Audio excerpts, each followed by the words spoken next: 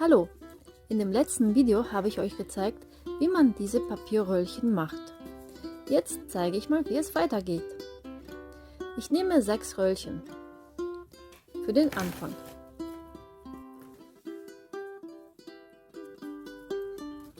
Jetzt nehme ich 3 und 3 Röllchen und lege die über Kreuz aufeinander. Den Kreuzpunkt drücke ich mit dem Daumen gut fest. Jetzt nehme ich mein 7. Röllchen und knicke es nicht in der Mitte zusammen. Warum ich es nicht in der Mitte knicke, erzähle ich nochmal gleich. Jetzt lege ich mal dieses geknickte Röllchen über 3 obere Röllchen.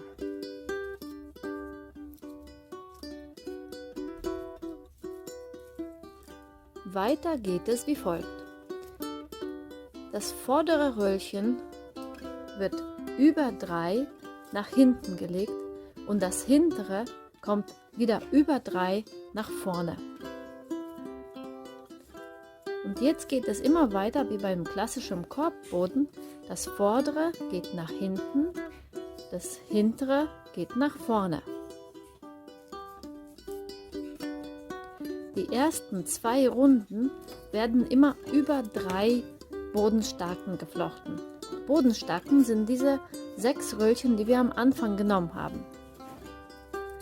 An dieser Stelle muss ich das erste Röllchen verlängern, indem ich in das dicke Ende das dünne Ende reinschiebe.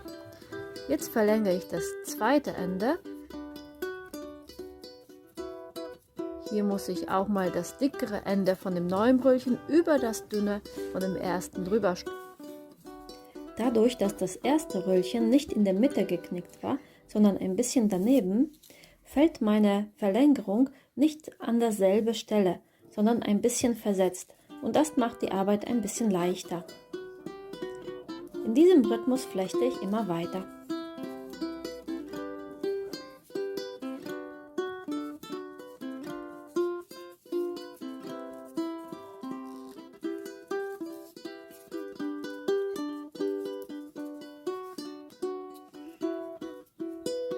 An dieser Stelle ist die zweite Runde beendet. Hier fange ich an, die Röllchen einzeln zu umflechten. Der Flechtrhythmus ist immer noch derselbe. Vordere nach hinten, hintere nach vorne. Wir haben hier 12 Enden von den Bodenstaken. Deswegen verteile ich sie so wie in der Uhr. Man kann sich mal eine Uhrscheibe vorstellen und die Bodenstaken so weit auseinander drücken, dass sie wie auf einzelne Uhrzeiten zeigen. Jetzt wieder verlängert. Ihr seht hier, ich benutze gar keinen Kleber und meine Röllchen sind auch trocken. Manche Leute arbeiten mit feuchten Röllchen.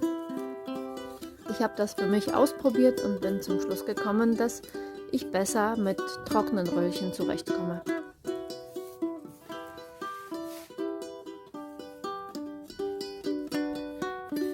Hier seht ihr dasselbe nochmal aus einer anderen Perspektive. Das vordere Röllchen geht nach hinten und das hintere wird oben drauf geflochten und kommt dann nach vorne. Diese Geflecht heißt Fitze. Wenn mein Boden eine erwünschte Größe erreicht hat, komme ich zu dem nächsten Schritt, wo ich die Bodenstaken aufstelle. Am besten geht es, wenn man einzelne Bodenstaken immer nach rechts knickt und dann nach oben über dem rechten Nachbar, so wie ich hier im Bild zeige. Dadurch kann ich eine Kante definieren. Immer nach rechts und nach oben. Nach rechts und nach oben. Das letzte Röllchen wird unter das erste geschoben.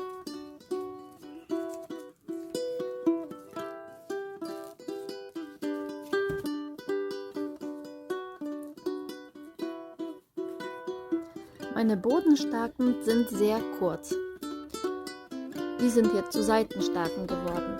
Damit ich gut weiter flechten kann, muss ich sie als allererstes verlängern. Dafür nehme ich 12 weitere Röllchen und stecke sie auf die alten, kurzen, damaligen Bodenstarken auf. Auch mit demselben Prinzip, wenn ich ein dickes Ende habe, dann stecke ich ein dünnes Ende rein und wenn ich ein dünnes Ende habe, dann stülpe ich ein dickes Ende drauf. Damit ich mit meinem Werk besser klarkomme, tue ich mal etwas Schweres rein. So ein Türstopper eignet sich sehr gut dafür. Wir flechten jetzt eine Fitze, genauso wie im Boden. Wir stecken 2 Röllchen in 2 aufeinander folgende Zwischenräume. Wir flechten mit linkem Röllchen einmal vor einem Röllchen und einmal hinter einem Röllchen. Ich nehme immer das linke, was gerade drunter liegt, und gehe ich vor ein und hinter ein und dann wieder raus.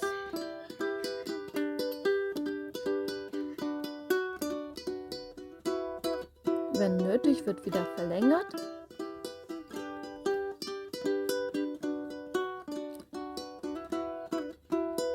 Vor ein, hinter ein. Vor ein, hinter ein. Und in diesem Rhythmus gehen wir immer weiter nach oben. Zwischendurch versuchen wir immer die Seitenstarken schön gerade zu halten.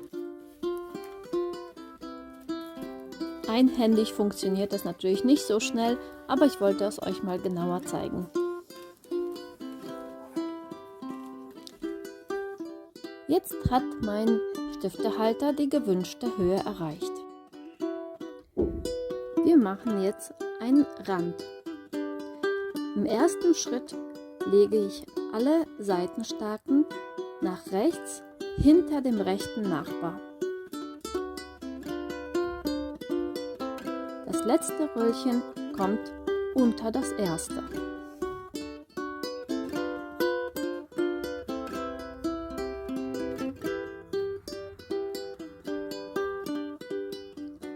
Der Schritt 2. Wieder jedes Röllchen wird einmal nach rechts verflochten, diesmal unter dem rechten Nachbar.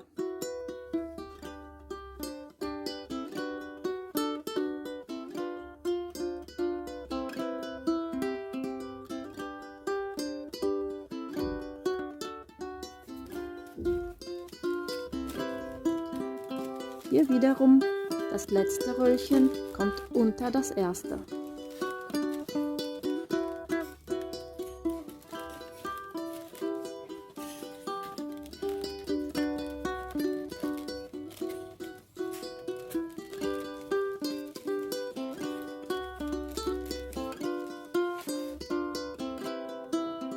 Jetzt kommt der dritte Schritt.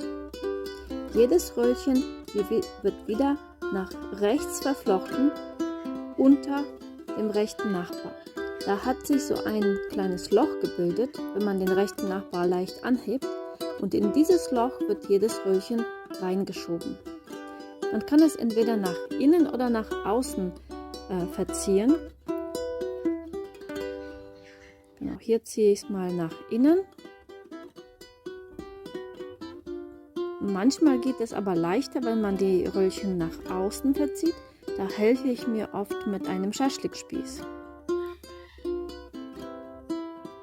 Das seht ihr mal gleich.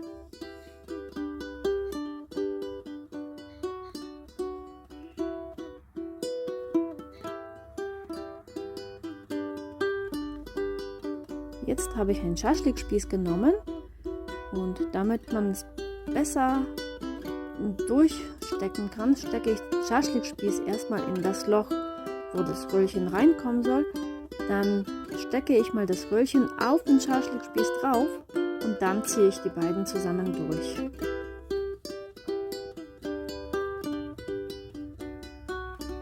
Man sieht hier, das Loch ist genau unter dem rechten Nachbar. Und so wird jedes weitere Röllchen auf dieselbe Art verzogen.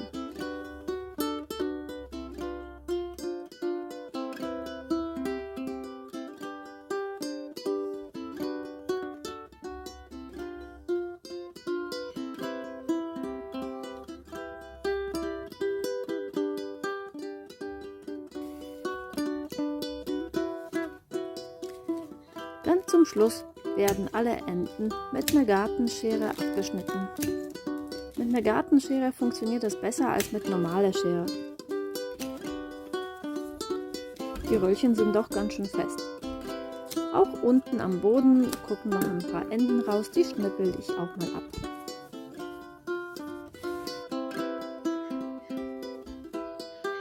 So, jetzt ist mein Stiftehalter fertig.